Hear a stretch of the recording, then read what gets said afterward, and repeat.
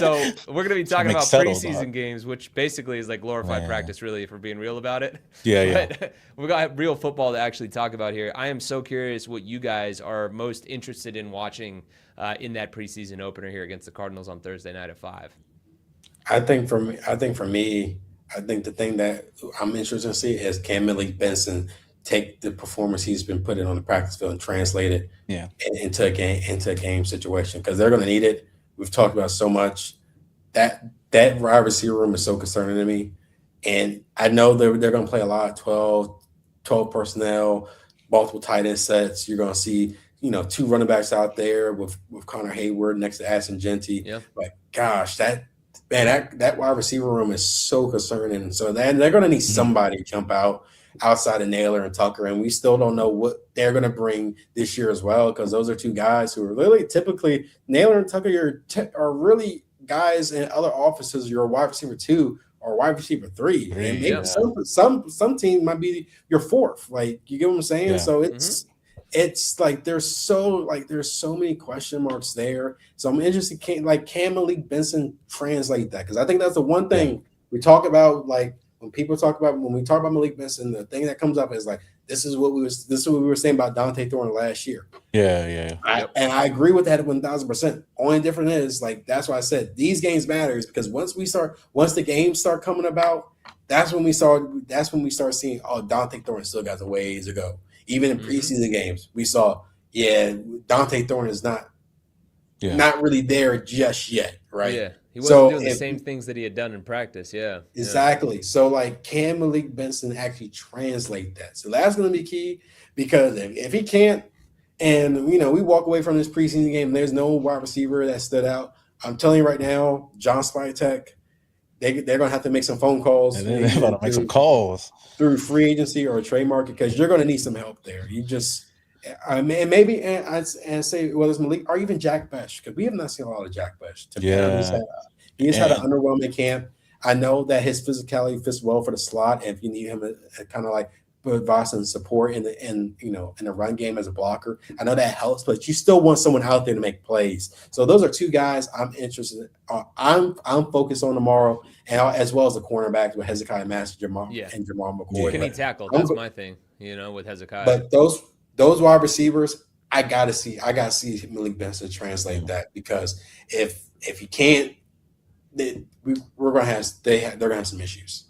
Yeah, and for me, like sticking to the offensive side of the ball, I think in generally just seeing how the offense runs, right? Like with Clint Kubiak now as the main guy, having Andrew Janoko, and seeing how this offense looks compared to last year, because like there was a lot of expectations last year that the offense was going to be much better, but they weren't. So I think this year you got Kirk Cousins, you got Brock Bowers returning, you got these young guys. Heck, even like seeing Ashton Genty out there for one drive, and Ryan already hit it on the head with the wide receivers, but like even seeing like Mike Washington, like that's one player I really want to see in the backfield. That's going to get a lot of play tomorrow because I doubt that we'll see Genty out there for long, but he's a guy that stated multiple times that, he wants to put the whole league on notice and whatnot. He's been looking physical, explosive at camp, and he's another guy that stands out that I want to see in game time if he keeps that same energy, as well as the offensive line and how well they hold up for whichever quarterback is out there. Yeah, but definitely the offense is an interesting one too, and defensively, I think now that we heard that the Cardinals are going to be starting most of their starters, right? We'll see Jacoby Brissett out there and Jeremiah Love at least for one drive.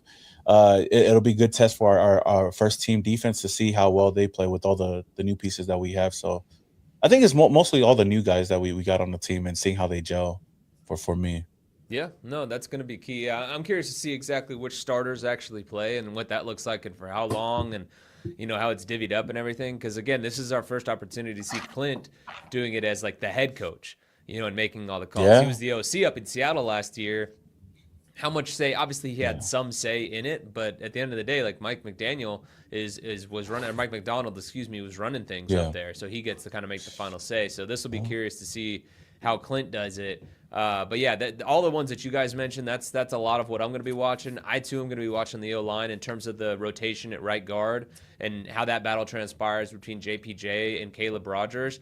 I'm also fascinated to see how many positions Trey Zune plays. Like, I'm wondering if we're going to see like, a quarter where he's at center, a quarter where he's at tackle, and then they move him at guard for another quarter or something like that. Like, if he does that, or moving from like series to series, or playing a couple series then moving, like, that's just so much to throw on anyone, let alone a young guy. Like, mentally to be able to handle that. Like, if he is even just good, and like we're not seeing him out there like pancaking guys, whatever, like, it's just good, and you don't see him giving up sacks, like, that alone is enough for me to be like, God, this kid is ready to roll at any position if somebody were to go down and you need him. And then again, now at some point, let's see him really get a chance to battle at one position. But his usage and how many snaps he gets and at what positions is going to be fascinating to watch, I think, in this game. Also, too, Traden Stukes, as we talked about a lot there, too, I think he's going to get a lot of burn, and this is opportunity to show what he can do. I would imagine a lot of those reps, or the majority of them, are going to be at nickel because, again, that's where they started in working with the twos so much before they started rotating them in with different guys. So, like, what does he do now at the NFL level with everything that position is asked to do? And kind of to the discussion we had before with Polamalu, like, how long is he out there? A lot of times, like, based on how long guys are out there, that tells you how the staff use them. That's the other thing. Like, I always try to kind of pay attention to each game, but particularly the first one, too, of, like, who's out there and for how long. Like, if it's, like, a series or a couple plays, okay, you know that staff really likes those guys. So Polamalu in particular, a guy who I thought was on the outside looking in but has been with the ones most predominantly, been mixed in with the twos a bit here, but seems to be in their favor. How long is he actually out there? Spencer Burford, another guy, too, that has been a steady force for them at left guard. If he's in there for a series, that confirms everything we've seen throughout practice up to this point. Yeah. And one thing, that's why it goes back to, like, when people ask, like, what Mendoza has to do to be named to really compete with Kirk Cousins for QB1, Kubiak he's going to get plenty of experience. You typically you're a starting quarterback does not get a plenty of experience in the preseason game. So I think we're seeing how they split the reps there, how many quarters Mendoza plays. I think he probably plays to the start of the third. Maybe that's too much. I don't know. I would love to see 3 quarters out of him, man. Like, I would love to see. Oh God, I would love to see 3 quarters out of Mendoza.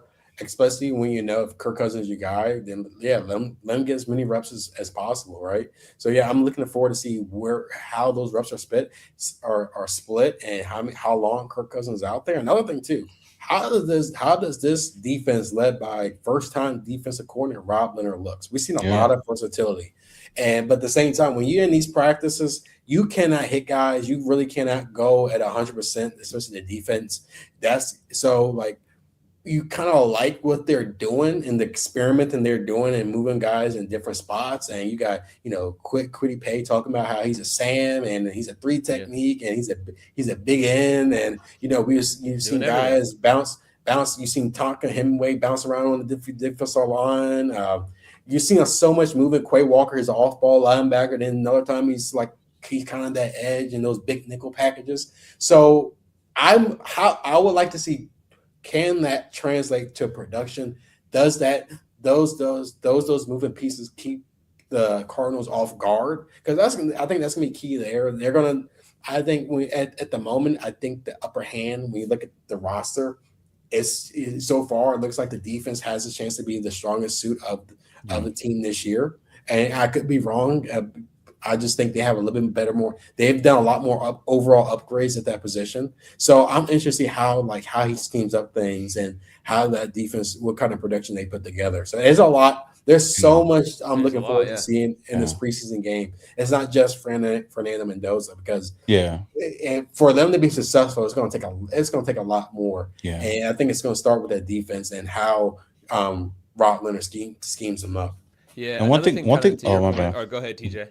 So all I was gonna say, one thing about the defense for me, all I don't want to see is missed tackles because we always hear a lot of good things in practice, and then that first preseason game was like, dang, they don't know how to tackle, and I'm like, damn, this is the same old Raiders. But I have a lot of optimism in that defense though. Overall. Yeah, no, the tackling thing, it's like a yearly occurrence. Anytime it pops up, all of a sudden they don't know how to tackle. Here we go again. Yeah. But Ryan, to your point too of it being like a full contact tackle football all the way to the whistle type of thing, to Malik, Benson, and the receivers as well. When they're in practice and stuff, they're not getting tackled to the ground. The collisions aren't as violent.